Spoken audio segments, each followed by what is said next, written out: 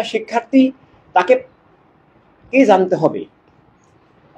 একটা শিশু মায়ের নাম জানে, বাবার নাম জানে, আপনদের নাম জানে, রাষ্ট্রের নাম জানে, বা যত কিছুই জানুক, কোনো কিছুই তাকে মানুষ বানাবে না যতক্ষণ না সে তার স্রষ্টার নাম জানবে না।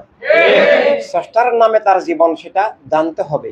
এবং স্রষ্টার বন্ধন, স্রষ্টার সংযোগ, স্রষ্টার আলো, স্রষ্টার ঠিকানা, স্রষ্টাকে কোথায় পাবে, স্রষ্টাকে পাবার যে একমাত্র ঠিকানা স্রষ্টার রাসূল, স্রষ্টার নূর, সেটা তাকে বুঝতে হবে। এই জন্য দয়াময় স্রষ্টার নামে জীবন যদি বুঝতে না পারে, তাকে মিথ্যা গ্রাস করবে, তাকে বস্তুবাদ গ্রাস করবে, তাকে নাস্তিকতাবাদী মতবাদ গ্রাস করবে।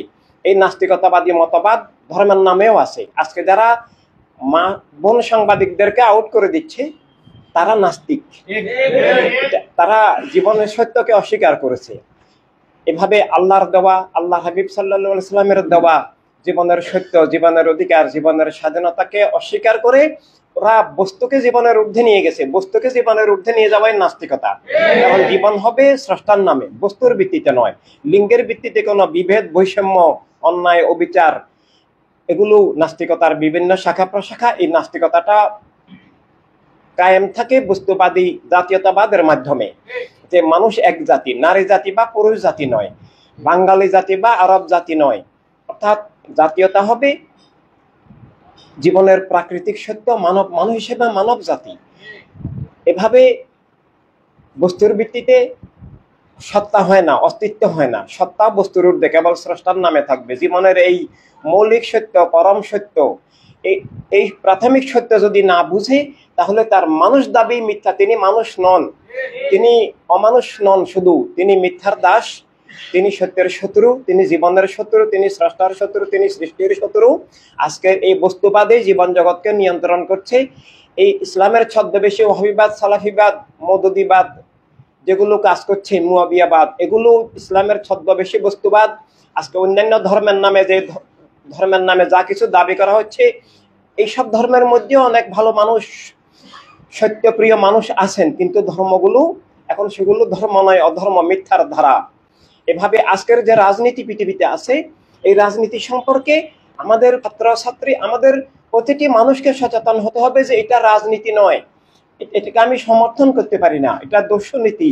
একটা শিশুকে যেমন বিষ চিনতে হয়, চোর ডাকাত চিনতে হয়, শত্রু চিনতে হয়, এভাবে মানে বিষাক্ত প্রাণী চিনতে হয়, সাপ, বিচ্ছু, কুকুর, মশা, মাছি, এগুলো চিনতে হয়। ময়লা আবর্জনা খেতে হয় না। শিশুকে যেভাবে আমরা চিনাতে হয়, না হলে সে তো আগুন পানি না চিনলে সে তো বিপদে পড়ে যাবে। এভাবে ছাত্র জীবন থেকেই জীবনের সত্য বুঝতে হবে, জীবন বিরোধী, জীবন বিনাশী মিথ্যা বুঝতে হবে। তাই world humanity revolution student front শিক্ষার্থীদেরকে স্কুল, কলেজ, ইউনিভার্সিটি, মাদ্রাসায়, সব জায়গায় যেখানে যেহেতু জীবনের সত্যের দিশা নাই, বরং মিথ্যার দিশা আছে, জাতীয়তাবাদের নামে বস্তুবাদী চেতনার শিকার হচ্ছে সবাই, অমানুষ করে গড়ে তুলছে, আমি মানুষ নই এটাই শিখাচ্ছে। যখন জাতীয়তাবাদ হিসাবে বাঙালি, আরবি, আমেরিকান শিখায়, এর অর্থ আমি মানুষ নই, অর্থাৎ আমি বস্তুবাদী। বস্তুবাদী হলে মানব জীবন অস্বীকার হয়, স্রষ্টাকে অস্বীকার করা হয়। এভাবে বস্তুবাদী চেতনার বিষাক্ত ধারা তাকে গ্রাস করে। সে বস্তুবাদের ভিত্তিতে মানুষে বিভেদ, বৈষম্য, শত্রুতা করে, এবং সে বস্তুকে জীবনের ঊর্ধ্বে নিয়ে যায়। বস্তুবাদের ভিত্তিতে তার মধ্যে বিষাক্ত চেতনা তৈরি হয়। আমি আমেরিকান, এই জন্য তাকে নিজেকে সে গ্রেট মনে করে। আরেকজন মানুষ ইথিওপিয়ান বা আফ্রিকান বা বাংলাদেশি, তাকে তিনি অবজ্ঞা করেন, ঘৃণা করেন, হয়তো দরিদ্র, হয়তো গায়ের চামড়া ভিন্ন রকম, হয়তো বিভিন্ন কারণে, বর্ডারের কারণে, এই বস্তুর কারণে যে বিভেদ, বৈষম্য, এটা বস্তুবাদ থেকে আসে। বস্তুবাদ মানে মানব জীবন অস্বীকার, জীবনের সত্য অস্বীকার, এবং মানবতাকে ধ্বংস বিনাশ করার যে মারাত্মক প্রক্রিয়া, সেটা এই বস্তুবাদী চেতনাটা কার্যকর হয়। বস্তুবাদী রাজনীতি, অর্থাৎ এই বস্তুবাদ জাতীয়তাবাদের মাধ্যমে কাজ করে।